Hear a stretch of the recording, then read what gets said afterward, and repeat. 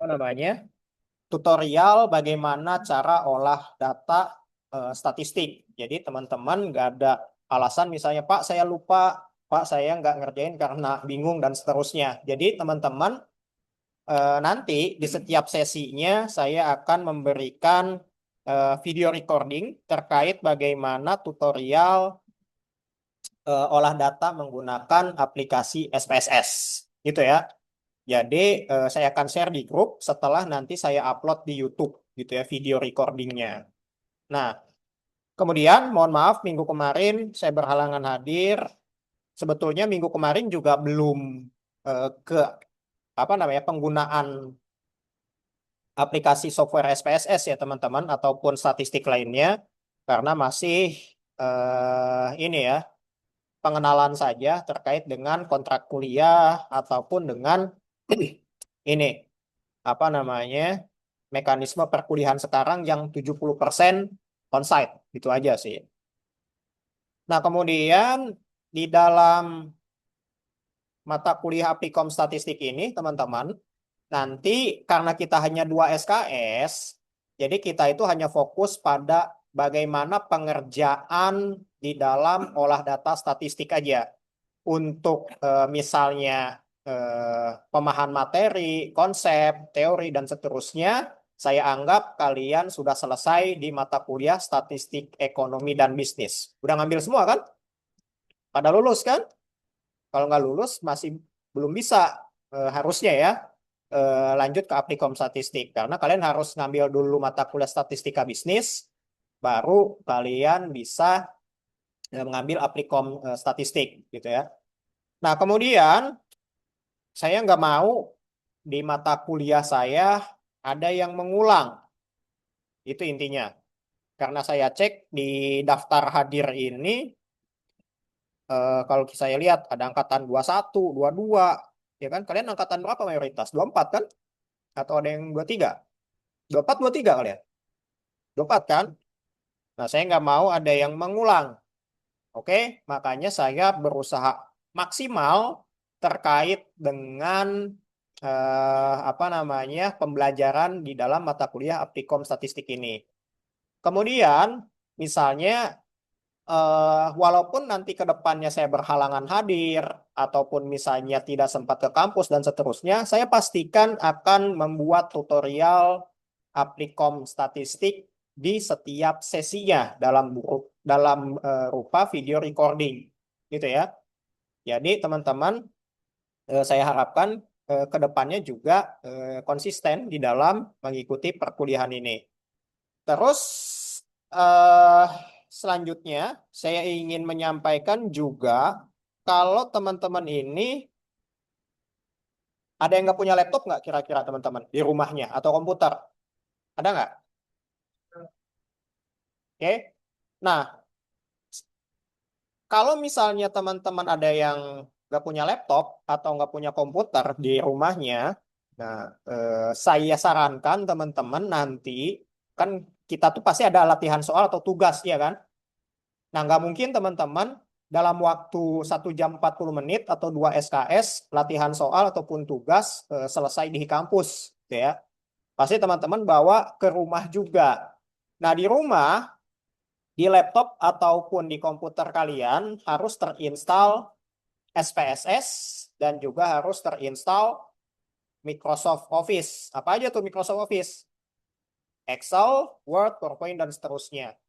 Oke. Dan juga wajib ada SPSS.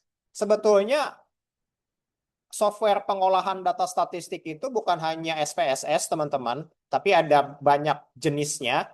Ada Fuse, kemudian ada SEM, ada R, gitu ya. Nah, akan tetapi sesuai dengan RPS kita, kita fokus di SPSS. Kenapa? Karena kita tidak mungkin apa namanya menggunakan seluruh software statistik untuk pengolahan data. Nanti nggak akan cukup 1 semester, ya. Dan kenapa pemilihannya SPSS? Karena rata-rata mahasiswa tingkat akhir itu bukan hanya di UNAS ya, di seluruh Indonesia lah ya alat olah data skripsinya itu menggunakan SPSS pada umumnya ya. Walaupun memang ada yang pakai SEM, EViews, dan seterusnya. Kalau misalnya penggunaan datanya data panel misalnya. Tapi mayoritas penggunaan software statistik yang paling populer adalah SPSS. Makanya kenapa kita pilih SPSS di dalam mata kuliah applikom statistik gitu ya. Terlepas nanti kalian mau skripsinya itu olah data statistiknya dengan software apa gitu ya. Akan tetapi intinya basicnya itu adalah Excel dan SPSS. Jadi nanti teman-teman hanya tinggal menyesuaikan saja kalau misalnya software statistiknya itu berbeda dengan apa yang sudah kita bahas di dalam mata kuliah applikom statistik ya. Ya teman-teman juga boleh sekalian searching gitu ya. Sekarang sudah mulai baca-baca repositori UNAS terkait skripsi kakak kelas kalian gitu ya. Seperti apa, kemudian softwarenya juga menggunakan apa gitu ya. Nah, di sini rata-rata memakai ini ya SPSS gitu ya. Nah, di dalam penggunaan SPSS di sini kita akan mulai dari sesi ketiga. Nah, di sesi kedua ini kita hanya akan mencoba menyajikan data atau memvisualisasikan data dengan menggunakan Saat Excel pukul 14. ya. Nah, sebetulnya penyajian data juga bisa menggunakan SPSS, teman-teman. Tapi sebelum kita masukkan data ke SPSS itu, kita tuh harus taruh datanya terlebih dahulu di Excel gitu ya sebagai apa namanya penampung data. Nah, kemudian di sini pasti teman-teman juga sudah di dalam di dalam statistika bisnis juga sudah bahas terkait bagaimana teknik pengumpulan data, penyajian data, dan juga misalnya data itu bersumbernya dari mana saja sih. Saya yakin juga sudah dibahas di mata kuliah statistika. Nah, di dalam mata kuliah statistik juga kan kita bahas terkait dengan ada yang namanya penelitian kuantitatif, ada penelitian kualitatif. Kalian di statistika bahas itu nggak? Data primer, data sekunder, bahas itu nggak? Ya kan? Mungkin agak-agak lupa gitu ya. Nah, kalau lupa, bahaya nih. Kalian nanti takutnya nggak bisa mengikuti materi Applikom nih. Jadi penelitian itu ada kuantitatif, ada kualitatif. Jadi kalau kuantitatif di sini penelitian yang sebetulnya itu adalah explanation, menerangkan dan juga menjelaskan. Kalau kualitatif yaitu kita memahami terkait dengan fenomena atau gejala sosial. Akan tetapi kebanyakan skripsi yang kakak kelas kalian gunakan untuk lulus itu penelitiannya bukan kualitatif, teman-teman, tapi penelitian kuantitatif. Makanya di dalam proses olah datanya rata-rata menggunakan software seperti SPSS dan seterusnya. Nah, kalau penelitian kualitatif gimana?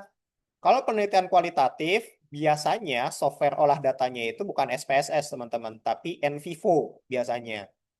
Nah, kita juga nggak akan bahas terkait NVivo, gitu ya, karena nanti materinya terlalu banyak. Jadi kita fokus di materi terkait SPSS karena itu yang paling populer digunakan, gitu ya. Jadi kenapa alasannya kok Pak SPSS, gitu ya. Nah, kemudian data juga kan ada yang disebut data primer, ada yang disebut data sekunder. Masih ingat nggak? Data primer itu apa? Hmm? Data yang harus dikumpulkan secara langsung oleh si peneliti. Nah, jadi data itu tidak ada yang menyediakannya. Beda dengan data sekunder. Data sekunder itu datanya sudah tersedia. Oleh siapa? Oleh pihak ketiga. Contohnya, misalnya kalau kalian mengambil konsentrasi finance atau keuangan, ya biasanya itu penelitiannya itu menggunakan data sekunder walaupun memang banyak juga yang memilih konsentrasi keuangan skripsinya terkait perilaku keuangan atau behavioral finance gitu ya. Tapi rata-rata menggunakan data sekunder. Contohnya apa data sekunder di keuangan? Laporan keuangan perusahaan, kemudian juga selain laporan keuangan terkait data-data terkait jumlah UMKM misalnya, terkait jumlah perusahaan, tingkat inflasi, tingkat suku bunga. Nah, itu data sekunder yang sebetulnya sudah tersedia oleh pihak ketiga tadi. Dan itu juga bisa dijadikan data untuk kalian skripsi. Nah, kalau data primer, biasanya ini digunakan ketika kalian mengambil konsentrasi pemasaran dan juga konsentrasi SDM. Misalnya terkait pengukuran kinerja karyawan, kalau kalian ngambil SDM misalnya. Nah, kinerja karyawan kan datanya nggak ada yang menyediakan, nggak seperti laporan keuangan. Nah, bagaimana kalian bisa tahu kinerja SDM atau kinerja karyawan perusahaan, sedangkan datanya tidak disediakan oleh perusahaan tersebut? Nah, caranya kalian membuat apa namanya data primer dengan cara gimana?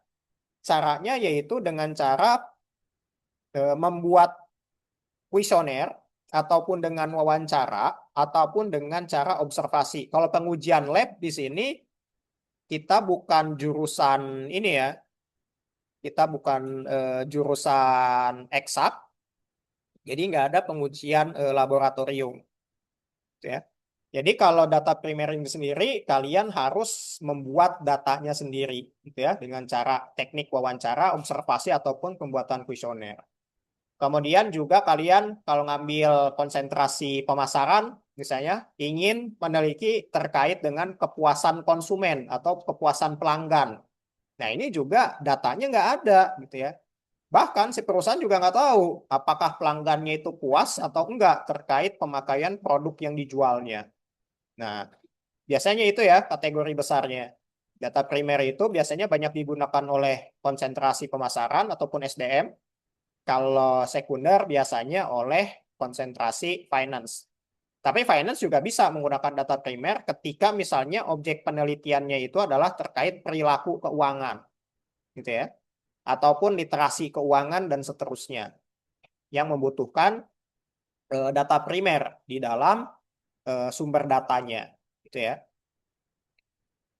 Nah, kemudian data sekunder ini bisa macam-macam, bisa kalian dapatkan dari Bursa Efek Indonesia kalau misalnya kalian concernnya terkait investasi saham misalnya, atau dari Biro Pusat Statistik gitu ya, atau BPS terkait misalnya kalian membutuhkan data misalnya jumlah perusahaan, jumlah industri tertentu, ataupun laporan keuangan yang dipublikasi oleh perusahaan.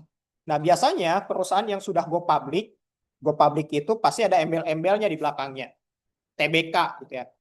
Misalnya PT Unilever Indonesia TBK. Nah, berarti dia tuh sudah go public dan juga perusahaan tersebut sudah terdaftar di Bursa Efek Indonesia. Nah, biasanya kalau perusahaannya sudah go public, untuk mendapatkan laporan keuangannya itu sangat mudah. Kalian bisa langsung akses halaman websitenya, ataupun misalnya kalian bisa langsung buka halaman website Bursa Efek Indonesia. Karena perusahaan yang go public wajib mempublikasikan laporan keuangannya. Makanya laporan keuangan itu adalah data sekunder yang paling mudah untuk diakses sebetulnya. Kalau untuk perusahaan yang go public. Tapi kalau seperti laporan keuangan pemerintah daerah, laporan keuangan pemerintah lainnya, misalnya kok Pak sulit diakses, nah itu karena tidak ada kewajiban untuk mempublikasikan laporan keuangan, sebetulnya sah-sah saja kalau ada pihak-pihak lain yang kita agak kesulitan untuk bisa mengakses data keuangannya. Tapi rata-rata kalau perusahaannya sudah go public, laporan keuangannya itu mudah diakses. Ya. Nah, kemudian kalau kita lihat dari teknik pengumpulan datanya yang tadi saya sampaikan, kalau data primer kita bisa melakukan interview, wawancara gitu ya. Kita bisa nanya secara langsung kepada si respondennya, atau kita melakukan observasi. Observasi itu mengamati. Contohnya apa? Kita tuh ingin tahu misalnya berapa kali sih dalam satu minggu konsumen produk A membeli produk yang diminati misalnya. kita nggak melakukan wawancara, kita hanya mengamati saja. Oh, 1 minggu tuh sampai 4 kali gitu ya. Dan rata-rata tuh di hari ini gitu ya. Nah, itu juga kalian bisa lakukan melalui observasi atau interview, nanya langsung ke respondennya. Atau sekarang udah zaman canggih, kalian buat kuesioner dan kuesionernya kalian ubah dalam bentuk Google Form. Nah, kalian tinggal sebar tuh di WA, suruh isi gitu. Nah, sekarang itu lebih simpel kalau misalnya di dalam mendapatkan data primer. Karena kalian nggak mesti harus ngeprint daftar kuesioner kalian gitu ya, apa yang mau ditanyakan, terus kalian harus datangi respondennya satu-satu gitu ya, untuk apa namanya respondennya mau mengisi kuesioner kalian misalnya. Nah, sekarang itu sudah lebih simpel gitu ya. Sudah lebih simpel kalau misalnya kuesioner itu nggak seperti dulu gitu ya. Wawancara juga kita nggak mesti langsung datang ke orangnya, bisa by phone, bisa telepon, video call atau Zoom, kita wawancarai terkait dengan misalnya penelitian yang kita lakukan. Nah, sekarang itu lebih mudah untuk mendapatkan data primer. Data sekunder juga sama, teman-teman. Mau itu kita dapatkan dari pihak eksternal, misalnya ya, data laporan keuangan PT Unilever kita dapatkan itu bukan dari perusahaannya langsung atau website perusahaannya langsung, tapi dari pihak ketiga, misalnya dari Bursa Efek Indonesia ataupun dari Yahoo Finance, Bloomberg dan seterusnya. Nah, itu data eksternal. Tapi bisa juga kita langsung ke internal datanya, kita langsung datangi perusahaannya atau akses halaman resmi perusahaannya, kemudian kita download. Nah, sekarang itu di dalam pengumpulan data itu lebih mudah karena memanfaatkan teknologi, ya.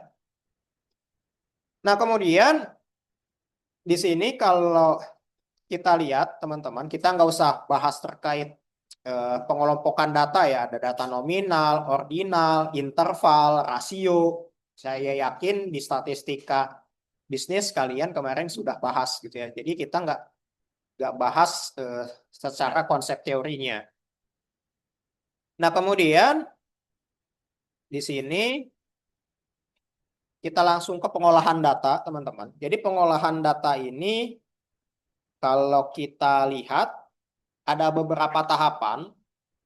Yang pertama ada tahap pengeditan, kemudian transformasi data atau coding, dan yang terakhir adalah penyajian data atau tabulasi data. Nah, jadi data yang kita miliki itu harus diedit terlebih dahulu. Caranya gimana? Caranya adalah kita edit di Microsoft Excel sebelum kita gunakan SPSS untuk mentransformasi data tersebut atau mengcoding data tersebut sehingga datanya itu bisa disajikan dengan baik. Entah itu disajikan dalam bentuk visual diagram misalnya ataupun hasil perhitungan SPSS lainnya. Makanya nanti kita bahas di sesi ketiga terkait kombinasi penyajian data menggunakan Excel dan juga menggunakan SPSS. Tapi di sesi 2 kita hanya bahas terkait penyajian data menggunakan Microsoft Excel saja, teman-teman. Nah, kemudian di sini misalnya data yang ingin kita olah seperti ini bentuknya. Ada 20 responden, dari responden 1 sampai dengan responden 20 di sini. Oke. Kemudian jenis kelaminnya 1, 2, tingkat pendidikannya 1, 2, dan seterusnya. Nah, saya ingin sampaikan teman-teman, kalau SPSS itu tidak bisa membaca data non-numerik. Jenis kelamin itu kan bukan data numerik, ya kan? Pria, wanita, itu kan bukan numerik, tapi non-numerik. Tapi bisa kita edit menjadi data numerik. Caranya gimana? Misalnya kita lambangkan 1 itu adalah laki-laki, 2 itu adalah perempuan. Sehingga apa? Sehingga nanti SPSS itu bisa mentransformasi data yang sudah kita edit tadi. Ya, jadi kita tuh nggak bisa dengan serampangan misalnya mengolah data yang sebetulnya software yang kita gunakan itu tidak memiliki fitur untuk apa namanya membaca data non numerik.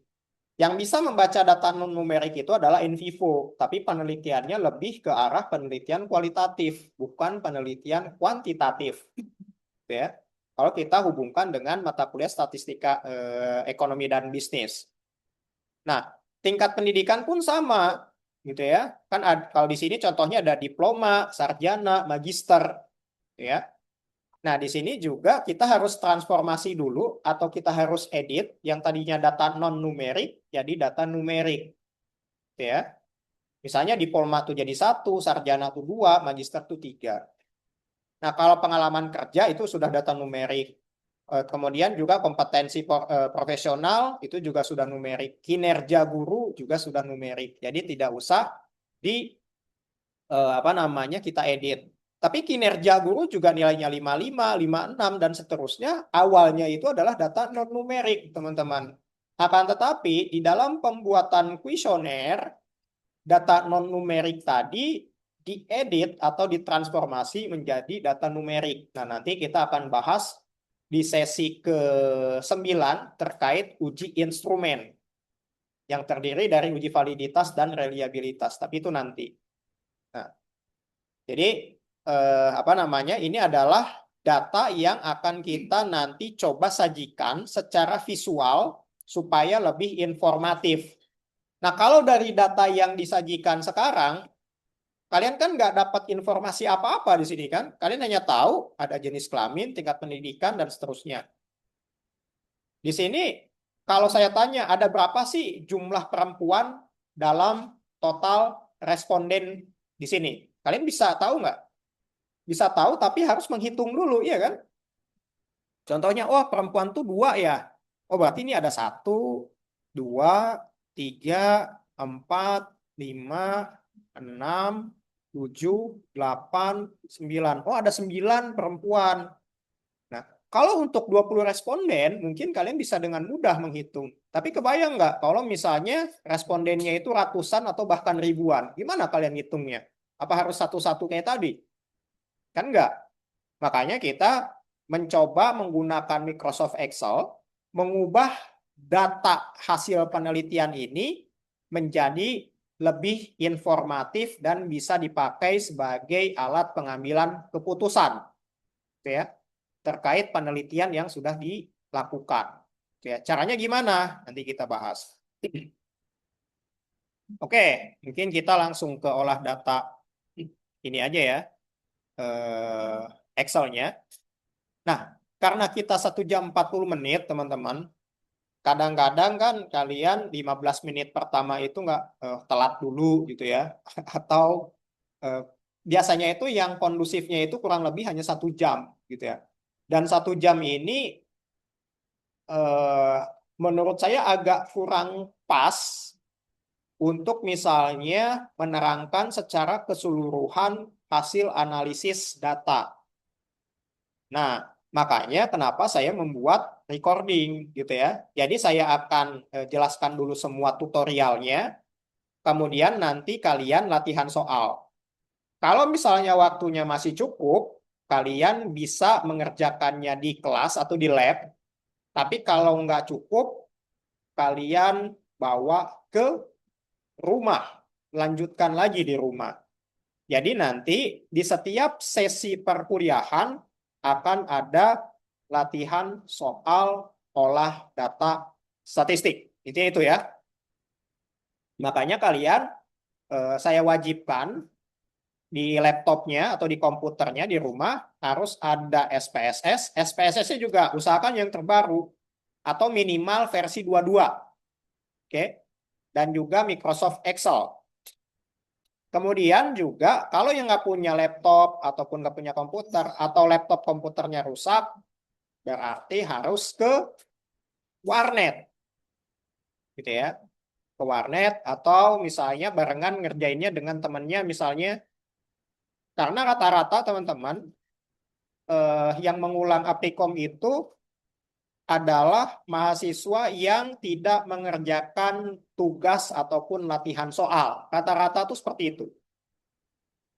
Jadi kalian boleh silahkan kerjasama satu sama lain.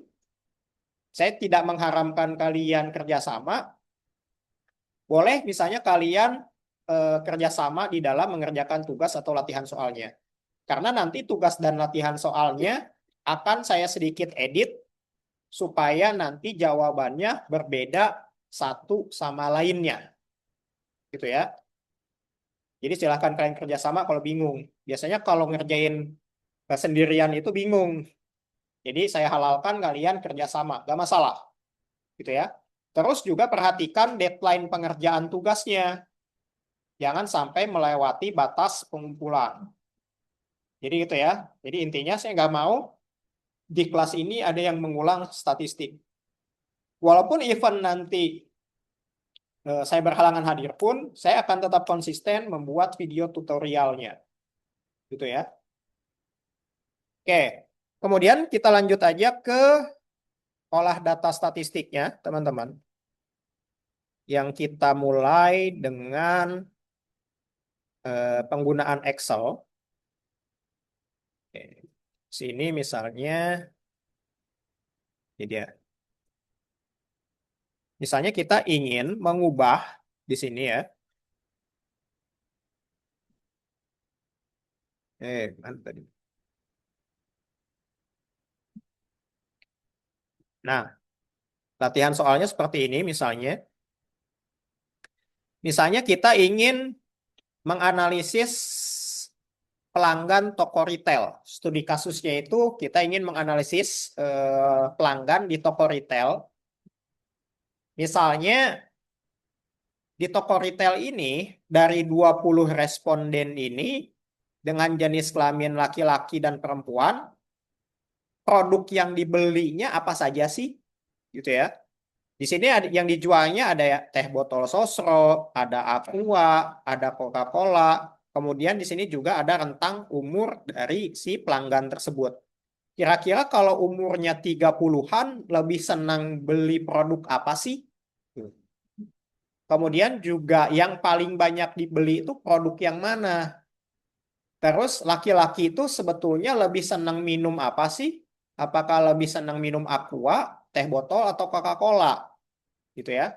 Nah, kalau datanya seperti ini kan kalian belum bisa menyimpulkan apa-apa ya kan? Ya, kalau saya tanya tadi gitu ya, berdasarkan jenis kelamin, produk yang paling dibeli, yang paling banyak dibeli yang mana sih? Laki-laki lebih suka mana? Kan kalian nggak bisa jawab apakah teh botol, apakah aqua, apakah Coca-Cola, gitu ya. Nah, dengan cara menggunakan Microsoft Excel, kalian bisa tahu dengan mudah, gitu ya, pertanyaan-pertanyaan yang tadi saya tanyakan. Kemudian juga kalian bisa memvisualisasikannya dalam bentuk grafik garis, bisa dalam bentuk diagram batang, bisa dalam bentuk histogram, bisa juga dalam bentuk diagram lingkaran. Atau mengubah datanya supaya lebih informatif dengan menggunakan pivot table. Gitu ya. Caranya gimana? Nah, kalau kita lihat di sini, nah, dari data yang ini, kalian itu bisa membuat tabel seperti ini. Berdasarkan data tadi, kalian bisa tahu, oh jumlah laki-laki itu ada 24, perempuan itu ada 16, gitu ya. Kemudian, oh yang diploma itu laki-laki ada 7 orang, magister ada 6 orang, dan seterusnya. Nah, kemudian juga kalian bisa membuat frekuensi berdasarkan umur. Oh, umur 20 sampai 25 lebih senang minum atau misalnya pendidikannya itu baru sarjana dan seterusnya. Nah, kalian bisa mengubah data tadi yang tidak memiliki informasi apapun menjadi lebih informatif. Nah, kalian juga bisa membuat diagram lingkaran seperti ini. Oh, ternyata dari responden tadi 40%-nya adalah perempuan dan 60%-nya adalah laki-laki misalnya. Nah, ini kan lebih informatif ya. Atau dalam bentuk diagram batang seperti ini. Oh, diploma itu ada 10 orang, sarjana itu ada 25 orang, dan seterusnya. Atau dalam bentuk diagram garis seperti ini. Supaya kalian bisa mendeskripsikan data secara akurat. Gitu ya. Nah, caranya gimana? Nah, caranya seperti ini. Misalnya di dalam latihan soalnya, di sini ditanyakan, kalian diminta berapa sih jumlah pelanggan laki-laki dan perempuan?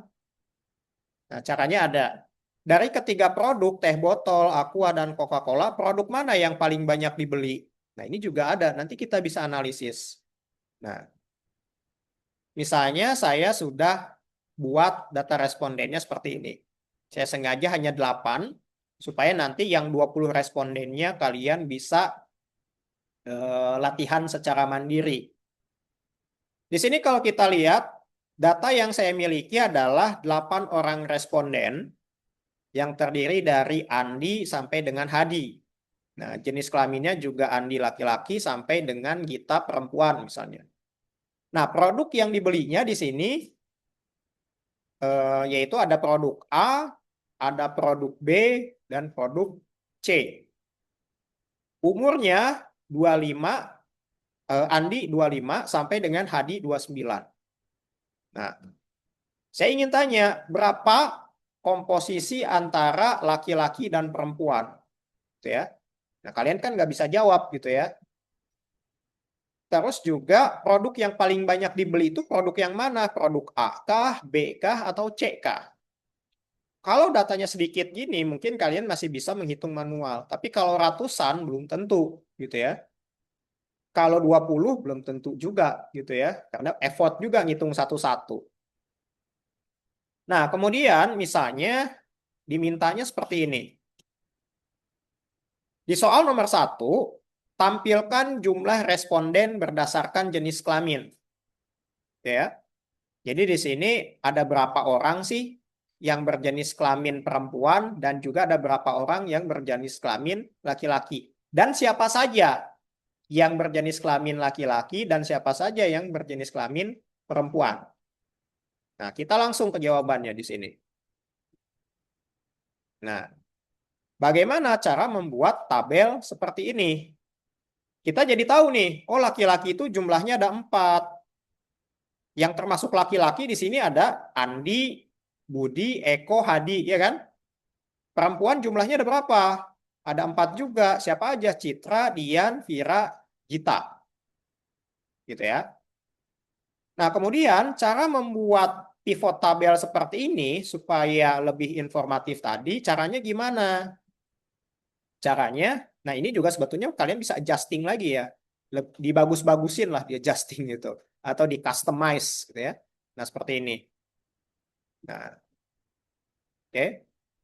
Terus juga apa namanya? Eh, lebar kolom, judul kolom, seterusnya juga disesuaikan seperti ini.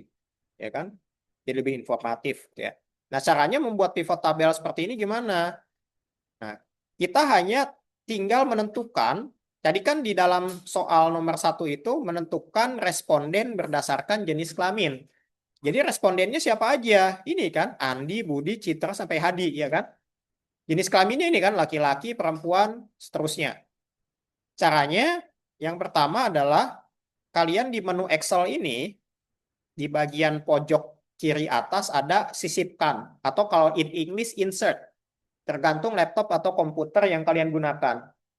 Kalian tinggal klik, yang terlebih dahulu blok dulu, ataupun bisa langsung insert dulu, kemudian pilih pivot table. Nah, akan muncul buat pivot table di sini. Kemudian, di tabel atau cakupan, atau di table di sini, kalian blok semuanya. Di sini. Blok semuanya. Nah, blok semuanya dari nama responden sampai dengan jenis kelaminnya. Kemudian, pilih tempat untuk meletakkan pivot table. Di sini ada lembar kerja baru, ada lembar kerja yang ada. Nah, kita pilih lembar kerja yang ada dulu nih. Nah, misalnya di samping ini. Nah, kita klik OK. Setelah itu akan muncul menu bidang pivot table di sebelah kanan. Di sini nama bidangnya ada name atau nama, ada jenis kelamin. Nah, kalau kita klik keduanya akan muncul seperti ini. Kita tahu, oh laki-laki itu ada 4 orang, perempuan itu ada 4 orang, total keseluruhan responden itu ada 8. Tapi kan kita nggak tahu yang laki-laki siapa, yang perempuan siapa, ya kan? Nah, kemudian kita drag yang nama ini ke bagian baris di sini atau row kalau bahasa Inggrisnya. Nah, kita jadi tahu nih, oh ternyata yang berjenis kelamin laki-laki itu ada Andi, Budi, Eko, dan seterusnya. Perempuan itu ada Citra, Dian, dan seterusnya. Nah, sekarang kita tinggal customize aja supaya hasilnya lebih bagus. Sudah selesai. Kita tahu siapa yang laki-laki, siapa yang perempuan. Gitu. Itu untuk soal nomor pertama. Dari data yang seperti ini. Nih, yang seperti ini. Yang apa namanya? Kalian nggak tahu gitu ya, yang laki-laki itu yang mana aja, kemudian juga jumlah totalnya berapa. Nah, jadi lebih sederhana penggunaan pivot table itu. Nah, itu untuk soal yang pertama, teman-teman. Kemudian soal yang kedua misalnya di sini, buat tabel antara jenis kelamin dan produk yang dibeli. Ya. Nah, dari pertanyaan yang kedua ini, kita kan ingin tahu gitu ya. Ingin tahu apa? Ingin tahu, saya hapus dulu biar ini ya. Nah, supaya nanti lebih enak. Ya. Sebentar. Nah, jawaban yang kedua di sini. Nah, kalian ingin tahu, misalnya, kita hapus yang ini. Atau jangan dihapus deh, supaya kalian tahu bagaimana cara membuat tabel pivot seperti ini.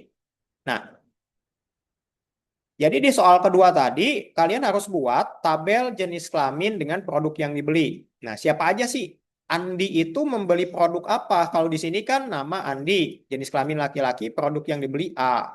Budi, jenis kelamin laki-laki, tapi produk yang dibeli yang B. Citra ini perempuan, produk yang dibeli itu yang A, gitu ya, dan seterusnya. Nah, kita harus membuat tabel seperti ini. Caranya gimana? Supaya apa?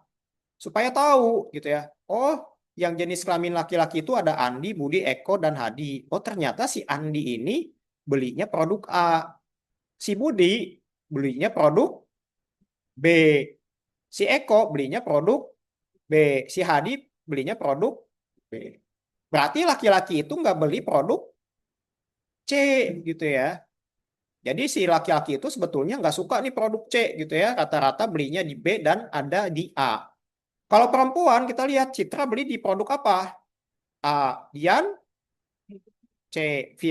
Vira, Gita. Nah, berarti perempuan nggak beli di produk yang mana? Berarti perempuan itu nggak suka produk B gitu. Tapi cara menentukannya gimana? Gitu ya. Nah, caranya tadi sama seperti tadi, teman-teman. Kita klik insert atau sisipkan, kemudian klik pivot table, kemudian kita drag data yang kita butuhkan, yaitu nama, jenis kelamin, produk yang dibeli.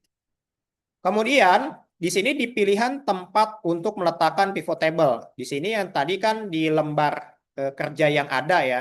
Sekarang kita di lembar kerja yang baru, contohnya misalnya di sini. Nah, kalau kalian pilihnya di lembar kerja yang baru, nah bisa terus kita klik OK.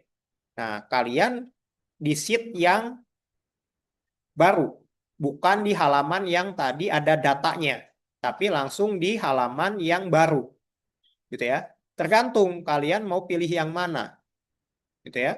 Kalau saya supaya nggak terpisah-pisah di halaman yang sebelumnya, gitu ya. Nah, kalau di halaman yang baru seperti ini, gimana? Sama aja teman-teman, gitu ya. Misalnya di sini saya pengen datanya ya.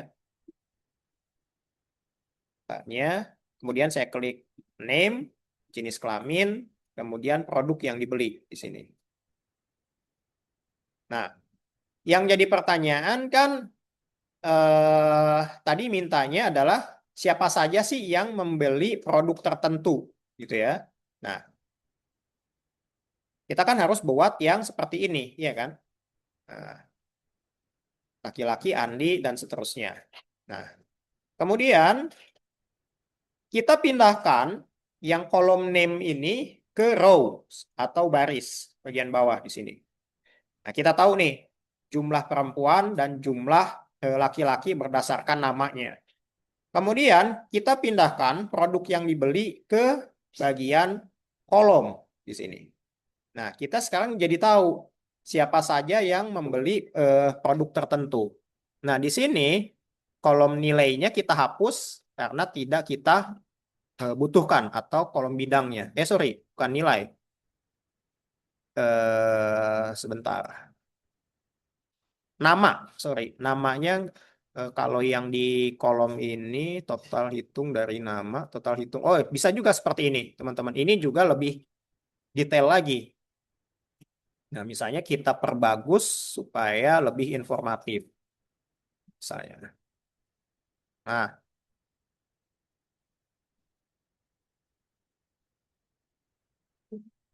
oke. Nah, ini dia. Kita lebar kolomnya bisa sesuaikan aja. Nah, di sini. Oke. Oke. Jadi di sini produk yang dibelinya apa saja, laki-laki misalnya, oh yang membeli produk A, laki-laki ada 1 orang. Produk B ada 3 orang. C nggak ada. Perempuan ternyata yang beli produk A ada 2 orang. Beli produk B nggak ada. Produk C ada 2 orang. Totalnya 4. Pasti total keseluruhannya adalah 8 karena responden yang kita gunakan jumlahnya adalah 8. Gitu ya. Jadi kalian di sini sudah membuat yang kedua yaitu apa namanya? Tabel silang antara jenis kelamin dan produk yang dibeli. Berarti berdasarkan dari tabel yang sudah kalian buat di sini bahwa jenis kelamin laki-laki itu tidak suka produk C. Yang paling disukai adalah produk B, gitu ya. Kalau perempuan tidak menyukai produk B, akan tetapi lebih menyukai produk A dan produk C dengan jumlah yang sama, gitu. Jadi interpretasinya seperti itu di dalam memvisualisasikan data yang kalian miliki. Nah, deskripsi pun sama. Kalian harus mencoba memvisualisasikan data yang sangat banyak itu supaya lebih informatif. Jadi kalian harus menyederhanakan data yang banyak itu supaya mudah dipahami oleh si pembaca, gitu ya. Nah, soal yang ketiga. Nah, ini agak sedikit berbeda pengerjaannya dengan soal 1 dan 2 tadi. Kalian di soal yang ketiga ini diminta membuat distribusi frekuensi usia. Nah, usianya di sini macam-macam kan? Ada 25, 30, 22. Dan semuanya ini kalau kita tidak membuatnya dalam frekuensi sebagai data interval itu ada range-nya kan? Misalnya yang disebut balita tuh dari umur berapa sampai berapa? Dari umur 1 sampai 5 tahun gitu ya. Kita nggak mungkin, wah balita ini umur 1 tahun ada 1 orang, umur 2 tahun ada 2 orang, umur 3 tahun ada 4 orang dan sebagainya. Kalau seperti itu nanti datanya akan terlalu banyak. Makanya kita akan ubah data umur ini bisa kita hitung dengan cara interval. Makanya kita harus membuatnya dalam skala frekuensi, gitu ya. Nah, skala frekuensinya gimana? Kalau kita lihat di PowerPoint di sini, kita harus ubah ke dalam bentuk ini, kelas intervalnya. 10 sampai 16, 17 sampai 23, gitu ya. Nah, di dalam Excel pun sama. Di sini, di dalam Microsoft Excel. Nah, kita akan hitung umur yang paling rendah tuh yang mana? Dan yang paling tinggi itu yang mana? Dan skala intervalnya kita mau berapa? Gitu ya. Nah, misalnya skala intervalnya seperti ini. Nah, yang saya buatlah distribusi frekuensi usia dalam ada berapa orang sih dari responden tadi yang berumur 20 sampai 24 tahun? Ada berapa orang sih dari data responden tadi yang berumur 25 sampai 29? Sampai dengan ada berapa orang sih dari data responden tadi yang berumur 35 sampai 39? Gitu ya. Caranya gimana? Kita harus membuat kelas umurnya terlebih dahulu. Jadi kita harus tambahkan bin-nya. Nah, bin-nya ini saya sudah buat juga. Bin ini adalah data tertinggi dari setiap interval. Dari interval 20 sampai 24, data tertingginya berapa? 24. Dari interval 25 sampai 29, data tertingginya berapa? 29. Begitu seterusnya. Jadi kalian buat bin-nya dulu, baru nanti kita bisa membuat histogramnya. Nah, setelah dibuat bin-nya, nanti hasilnya akan seperti ini, teman-teman. Bin dan frekuensi. Kemudian kita ubah dalam bentuk histogram seperti ini. Caranya gimana? Caranya, karena datanya sudah siap, kita klik data di dalam tabel Excel. Kemudian kalian lihat pojok kanan atas. Di sini ada alat analisis, ada analisis data, dan juga pemecahan masalah. Nah, kalian pilih yang tengah, analisis data atau data analitik kalau dalam in English. Kemudian, nah di sini ada banyak sekali menunya di data analisis ini. Ada t-test, sampling, regression. Nah, karena kita tidak sedang melakukan olah data statistik inferensial, yang kita carikan hanya histogram, ya. Kalian pilih histogram di sini. Oh, ini dia ada histogram. Klik OK, ya. Nah, setelah kalian klik OK, di sini tadinya itu ini nggak ada, teman-teman. Data ini tuh kosong.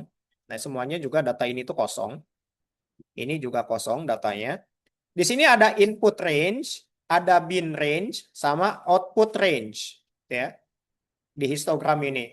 Di input range, di sini kalian pilih data yang akan kalian analisis. Tadi kan kita sudah punya data mentahnya yang ini, di sheet data mentah.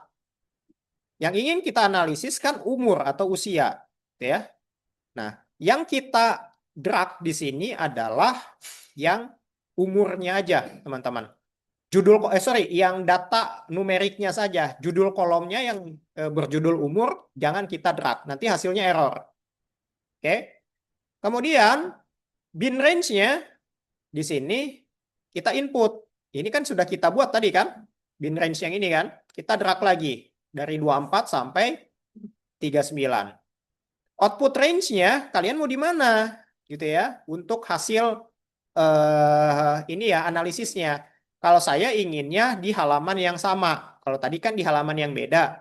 Nah, misalnya di sini, di bawahnya aja lah. Di sini bin range-nya. Nah, kemudian kalian tinggal klik OK. Hasilnya seperti ini. Sama seperti yang atas kan? Tapi ada yang beda. Kok bin-nya ini hanya data yang paling tingginya aja. Nah, kalian harus secara manual input data yang paling rendah di setiap interval. Kalau di bin 24, data paling rendahnya tadi berapa?